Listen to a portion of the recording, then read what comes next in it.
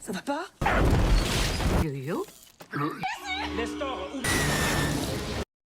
Welcome dear rockers. आज मैं आपको एक मजेदार मूवी समझाने जा रहा हूँ जिसका नाम है बिग बग। मूवी की शुरुआत एक घर में होती है जहाँ बहुत ज्यादा आधुनिक चीजों का इस्तेमाल किया जा रहा है, जैसे कि इंसानों की तरह दिखने वाले रोबोट्स वगैरह वगैरह। फिर हमें मैक्स नाम का एक आदमी दिखाया जाता है जो अपने बेटे टॉम को लेकर इस घर में आया है। टॉम एक अजीब सी मूवी देख रहा होता है जिसमें इंसान डॉगिस की एक्टिंग कर रहे हैं और उन डॉगिस के मालिक रोबोट्स हैं। ये मूवी वैसे हंसी मजाक के लिए बनाई गई है, लेकिन मैक्स टॉम से टीवी बंद करने को बोलता है क्योंकि मैक्स को ये मूवी ज्यादा मजाकिया नहीं लगती, उसको बड़ी बेकार लगती है। तभी उनके साथ बैठी औरत बोलती है, इस तरह के शो असली एक्टर्स की बेइज्जती कर रहे हैं, उनके टैलेंट का मजाक बना रहे हैं। जिसके जवाब में मैक्स बोलता है, तुम बिल्कुल सही बोल रही हो, ऐसे शो में काम करने वाले लोग कोई असली एक्टर्स नहीं है। लेकिन मैक्स का बेटा टॉम की इस बात से बड़ा गुस्सा हो जाता है कि उसके पापा इस तरह की एक्टिंग को समझ ही नहीं पा रहे हैं। इस सब के दौरान हमको एक फीमेल रोबोट दिखाते हैं जिसका नाम मोनिक है। मोनिक मेहमानों के लिए खाने पीने की चीजें बना रही होती है। वो अपनी उंगली से एक लेजर बीम निकालती है और एक डब्बे को आराम से खोलती है। मैक्स और उसके साथ की औरत खाते पीते हैं और उस शो के बारे में बातचीत कर रहे होते हैं। तभी मैक्स उस औरत से पूछता है कि क्या कभी तुम भी एक्ट्रेस बनना चाहती थी। ये बात सुनते ही मैक्स की तरफ मुड़ जाती है और किसी खास तरह के सिस्टम से मैक्स को स्कैन करती है। और अब उसने ये पता लगा लिया है कि मैक्स इस समय कैसा महसूस कर रहा है, उसके अंदर फीलिंग्स क्या है और उसके दिल में क्या चल रहा है। और मैक्स अपने बेटे के पास आकर बोलता है, तुम अपनी जबान पर थोड़ा लगाम दो और तुम फालतू की बातें करना भी बंद कर दो। यहाँ आने से पहले मैक्स टॉम को अपने साथ नहीं लाना चाहता था और जो औरत मैक्स के साथ घूम रही है उसका नाम एलिस बैरली है और वो इस शानदार घर की मालकिन भी है। अब एलिस अपने दोस्त मैक्स को अपनी किताबें दिखाती है और अपनी रोज लिखने वाली डायरी भी दिखाती है।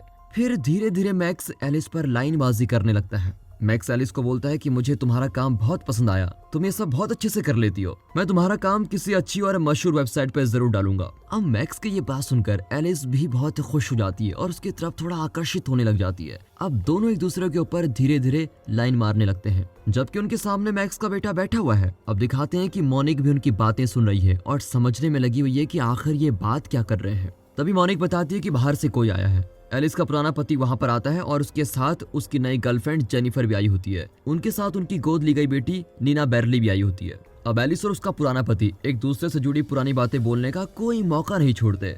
दोनों मौका मिलता ही एक दूसरे को ताना मारना शुरू कर देते हैं, लेकिन उनकी बेटी नीना दोनों की ये फालतू बातें बंद करवा देती है। अब मोनिक को भी समझ आ जाता है कि यहाँ चल क्या रहा है। उसको अच्छे से पता लग गया है कि उसके आसपास के इंसान कैसा महसूस करते हैं, उनके अंदर फीलिंग्स क्या है। तभी एक खास मशीन की मदद से मोनिक को पता लगता है कि उनके घर में कोई जबरदस्ती घुस आया है और फिर पता लगता है कि वो जबरदस्ती घुसने वाला तो सिर्फ पड़ोसियों का एक डॉगी है। वो डॉगी कूदकर एक उड़ते हुए गैजेट को निगल लेता है। फिर सभी लोग इस बारे में बात करने लगते हैं कि वो उड़ता हुआ गैजेट डॉगी के शरीर से कब बाहर आएगा और कैसे आएगा। लेकिन जल्द ही डॉगी उल्टी कर लेता है जिसकी वजह से वो उड़ने वाला गैजेट बाहर आ जाता है। लेकिन ऐसा लग रहा होता है कि जैसे कि इस गैजेट में कोई गड़बड़ी हो गई है, उस मशीन को कोई इंसान काबू ही नहीं कर पाता। फिर मैक्स उस गैजेट को पकड़कर पूरी तरह ही तोड़ देता है। अब एलिस का पुराना पति विक्टर बैरली वहां आता है और वहां पर चल रही चीजों को समझने में लग जाता है कि यहाँ हो क्या रहा है। अब ध्यान इस बात पर जाता है कि उनके कमरे में ज्यादा से ज्यादा रोबोट्स किसी न किसी वजह से आ रहे होते हैं। तभी फ्रैंकोइस नाम की एक पड़ोसन घर के दरवाजे पर खड़ी होती है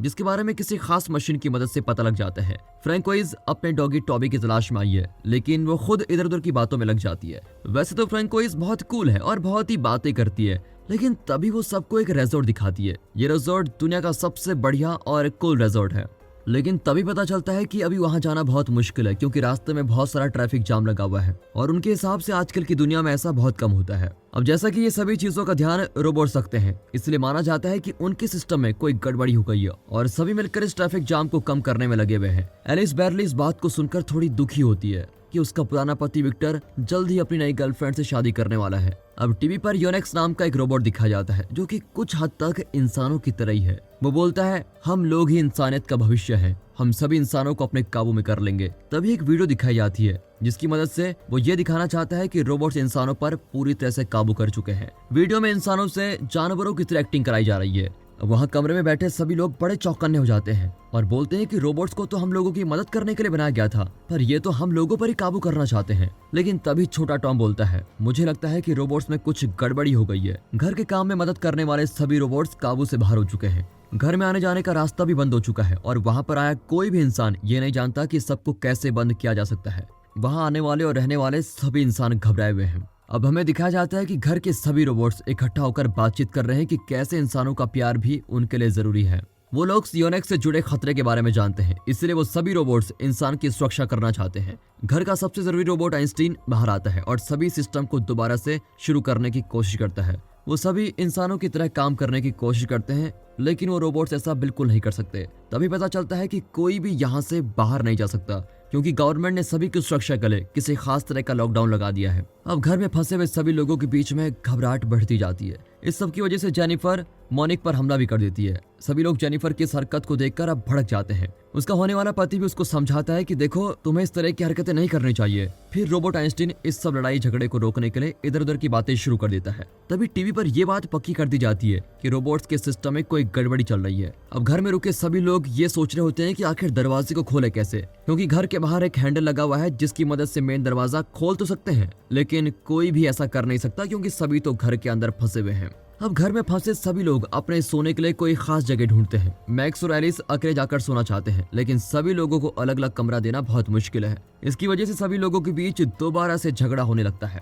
एलिस इस सब की वजह से बहुत ज्यादा गुस्सा हो जाती है। फिर मोनिक को दिखा जाता है, जो कि इंसान की फीलिंग्स का कुछ ज्यादा ही इस्तेमाल कर रही है और मैक्स के कुछ ज्यादा ही करीब आ जाती है। लेकिन मैक्स इस सब से डर जाता है और वहां से भाग जाता है। दूसरी तरफ साफ सफाई करने वाला रोबोट फ्रैंको इसके करीब आने की कोशिश करता है। अब नीना और टॉम नीना के कमरे में बैठे हुए बातें कर रहे होते हैं। तभी अचानक टॉम नीना को किस करने की कोशिश करता है, लेकिन नीना ऐसा कुछ नहीं करने देती। यहाँ मैक्स और एलिस को अकेले में रहने का मौका नहीं मिल रहा होता है। जेनिफर इस घर में फंसे रहने की वजह से बड़ी पागल ही होती जा रही है। उसका बॉयफ्रेंड विक्टर अपनी गाड़ी को तेजी से घर के दरवाजे पर टकराता है, लेकिन उसका ये प्लान भी बेकार साबित होता है। अब उस कमरे में बहुत ज्यादा गर्मी होने लगी है और इस वजह से सभी लोगों के बहुत बुरे हाल हो गए हैं। अब टीवी पर एक प्रोग्राम दिखाया जाता है जिसमें इंसान और रोबोट्स एक दूसरे से बहस कर रहे होते हैं। रोबोट्स अपने इस बात पर अटके हुए हैं कि इंसान रोबोट्स के काबू में ही रहेंगे। अब इंसानों जैसा दिखने वाला एक रोबोट जिसका नाम ग्रेग होता है, वो दरवाजे पर खड़ा होकर अंदर आने देने को बोलता है। फिर सभी रोबोट्स के हाँ बोलने पर मोनिक दरवाजे पर खड़े इस रोबोट को अंदर आने देती है। वैसे ग्रेग फ्रैंकोइस का रोबोट है। ग्रेग बताता है कि फ्रैंकोइस के घर पर योनेक्स रोबोट आया था जिसने टॉबी को मार दिया था और मुझ में भी बदलाव करना चाहता था। ग्रेग अचानक ही सभी के सामने फ्रैंकोइस के साथ गलत हरकतें करने लगता है, जिसकी वजह से फ्रैंकोइस ग्रेग को बंद कर देती है। अब ग्रेग के बंद पड़े शरीर को स्टोर रूम में बंद कर दिया जाता है। दूसरी तरफ नीना बैरली अपने कमरे में टॉम को किस करती है। फिर सभी रोबोट्स ग्रेग को ठीक करते हैं और वहां चल रही सभी चीजों के बारे में समझते हैं। तभी ग्रेग बोलता है कि तुम सभी को थोड़ा मजाकिया बनना पड़ेगा। सभी रोबोट्स रिबूट हो जाते हैं जिससे उनमें कोई नई खासियत आ जाए। इस सब के दौरान एलिस मैक्स से मिलने के लिए कुछ सेक्सी कपड़ों की तलाश में लगी हुई है। सभी रोबोट्स एलिस की लाइब्रेरी में जाकर किताबें पढ़ने में लगे हुए हैं। इसके दौरान दोनों आदमी बातें कर रहे होते हैं कि उन्हें कोई ऐसा प्लान बनाना चाहिए जिससे वो रोबोट्स को पटा सकें ताकि रोबोट्स इंसानों को बाहर जाने दे। मैक्स और एलिस एक और बार एक दूसरे के साथ मूड बनाने की कोशिश करते हैं, लेकिन रोबोट दोबारा उनके पास आ जाते हैं। इस सब की वजह से एलिस बहुत ज्यादा तंग हो चुकी है। सुबह होते ही इंसान साथ बैठकर नाश्ता करते हैं और एलिस सभी को कुछ खास डिशेस बना के देती है। इस समय टीवी पर योनेक्स दिखाया जा रहा होता है, जो कि इंसानों की मीट से बनी किसी चीज को एड में दिखा रहा होता है। सभी लोग ये देखकर जल्दी से जल्दी यहाँ से भागना चाहते हैं ताकि वो योनेक्स से बच सकें। विक्टर के पास एक नया प्लान होता है, लेकिन उसके लिए उसको फ्रैंकोइस के रोबोट ग्रेग की मदद चाहिए। अब फ्रैंकोइस ग्रेग के पास जाती है और उसको बताती है कि मुझे तुम्हारी जरूरत है। नीना अपने कमरे में अकेले रहना चाहती है, लेकिन वो ऐसा नहीं कर पाती क्योंकि कोई उसके कमरे में भागते हुए आ रहा है। अब नीना के कंप्यूटर से जेनिफर योनेक्स से संपर्क करती है। टॉम सभी रोबोट्स का ध्यान अपनी तरफ करता है और ग्रेग चुपचाप लाइब्रेरी में जाता है ताकि इंसानों को बाहर निकलने का प्लान पूरा किया जा सके। फिर मैक्स और एलिस अपना पर्सनल खेल खेलते हैं, एक दूसरे को प्यार कर रहे होते हैं, लेकिन तभी आग लगने की वजह से अलार्म बजने लगता है। बेचारे मैक्स और एलिस को दोबारा से रुकना पड़ता है और सभी लोग नीचे मेन कमरे में पहुंच जाते हैं। अचानक ही बाहर के दरवाजे पर योनेक्स आ जाता है और सभी रोबोट्स को स्कैन करता है ताकि वो रोबोट्स को अपडेट कर सके। वो बोलता है, यहाँ रह रहे किसी इंसान ने मुझे बताया कि इस घर में कोई गड़बड़ी चल रही है। एलिस बताती है, मैंने तो ऐसा कुछ भी नहीं कहा है, लेकिन जेनिफर को देखकर लग रहा होता है कि उसी ने योनेक्स को बुलाया है। किसी तरह से योनेक्स जेनिफर को काबू कर लेता है। फिर सभी लोग जेनिफर को रोकने की पूरी कोशिश करते हैं, लेकिन वो दरवाजा खोल देती है जिससे योनेक्स अंदर आ जाता है। एक एक करके वो सभी रोबोट्स को बेकार करता जाता है। अब योनेक्स घर की जांच करने में लगा हुआ है। उसको ऐसी बहुत सारी चीजें मिलती हैं जो कि घरों में रखना मना है। वो सभी को बताता है कि उन्हें गलत काम करने के लिए अब सजा मिलेगी। वो आगे एलिस को बोलता है, तुम्हें तुम्हारी गलतियों की वजह से जेल में बंद किया जाएगा। अभी तक काम कर रहे रोबोट्स इंसानों की मदद करने की कोशिश कर रहे होते हैं और इस सब के दौरान योनेक्स बैन की भी किताबों को खराब करने में लगा हुआ है। तभी बाथरूम जाने का बहाना बनाते हुए एलिस पास वाले कमरे से एक शीशा लेती है और उस शीशे की मदद से वो योनेक्स की आंखों से निकलने वाली लेजर को वापस उसी पर भेज देती है। लेकिन इससे ज्यादा कुछ फायदा नहीं होता और ऐसा करने से योनेक्स को देखने में थोड़ी दिक्कत होती है, पर बाकी सभी चीजें सही काम कर रही होती है। अब वो सभी को बोलता है कि इस घर में रह रहे सभी इंसानों को 20 साल की सजा दी जाएगी।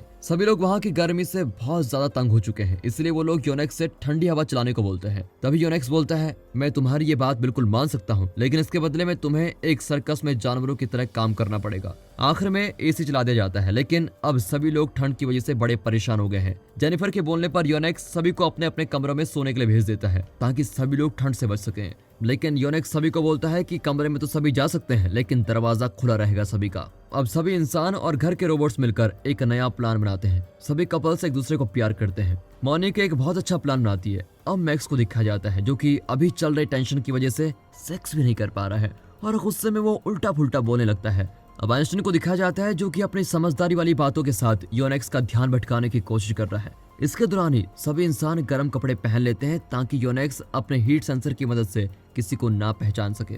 अब सभी इंसान योनेक्स को घेर लेते हैं और उसकी पिटाई करने लगते हैं, लेकिन तभी योनेक्स एलिस के चेहरे को ढकने वाली चीज हटा देता है और एलिस पर अपनी लेजर से हमला करता है। लेकिन तभी बीच में मॉनिका आ जाती है। अब योनेक्स बिल्कुल पागल हो चुका है। वो बिना देख के हर तरफ अपनी लेजर से हमला करने में लगा हुआ है, जिसकी वजह से सभी लोग बचने के लिए भाग रहे होते हैं। फिर आइंस्टीन योनेक्स को कंफ्यूज करने के लिए बेकार की जानकारी देने लगता है और इस सब के दौरान टॉम आता है और योनेक्स के पैर को स्क्रू ड्राइवर की मदद से जमीन के साथ फिक्स कर देता है। तभी निंजा बिजली की तार के साथ आती है और योनेक्स को बिजली का झटका देती है। ऐसा होते ही योनेक्स मारा जाता है। आखिर में घर के दरवाजे खोल दिए जाते हैं। कुछ लोग अपनी कार में जाते हैं ताकि वो यहाँ से निकल सके, लेकिन तभी बचे हुए इंसानों को योनेक्स घेर लेता है। तभी टॉम अपनी गाड़ी से छलांग लगाता है क्योंकि वो अपनी प्यारी नीना को अकेले नहीं छोड़ना चाहता। अचानक ही बहुत सारे ड्रोन्स कहीं से आ जाते हैं और सभी योनेक्स को खत्म कर देते हैं। तब टीवी पर बताया जाता है कि किसी एक योनेक्स रोबोट की गलती से सभी योनेक्स रोबोट को खत्म करने के ऑर्डर दिए गए हैं। योनेक्स के जाने से सभी जगह खुशियां हो जाती है। विक्टर और एलिस दोबारा से एक दूसरे के करीब आ जाते हैं और एक दूसरे के साथ रहने लगे हैं। टॉम और नीना एक दूसरे को पसंद करते हैं और वो भी साथ साथ रहने लगे हैं। उनके सभी प्यारे रोबोट्स को वापस से ठीक कर दिया जाता है। और दोस्तों, इसी के साथ ये मूवी यहाँ पर खत्म होती है। दोस्तों, जाने से पहले आपको एक ऐसी मूवी सजेस्ट करना चाहता हूँ जिसमें एक आदमी आगे 2 मिनट बाद क्या होने वाला है वो फ्यूचर पहले ही देख लेता है और फिर कैसे वो अपने सारे काम निकालता है इस फ्यूचर वाले टेक्निक से। देखिए इस मूवी को जिसका नाम है नेक्स्ट। बाकी दोस्तों, मिलते हैं अगली वीडियो में, तब तक के लिए गुड बाय, अपना ख्याल रखिएगा and finally thanks for watching.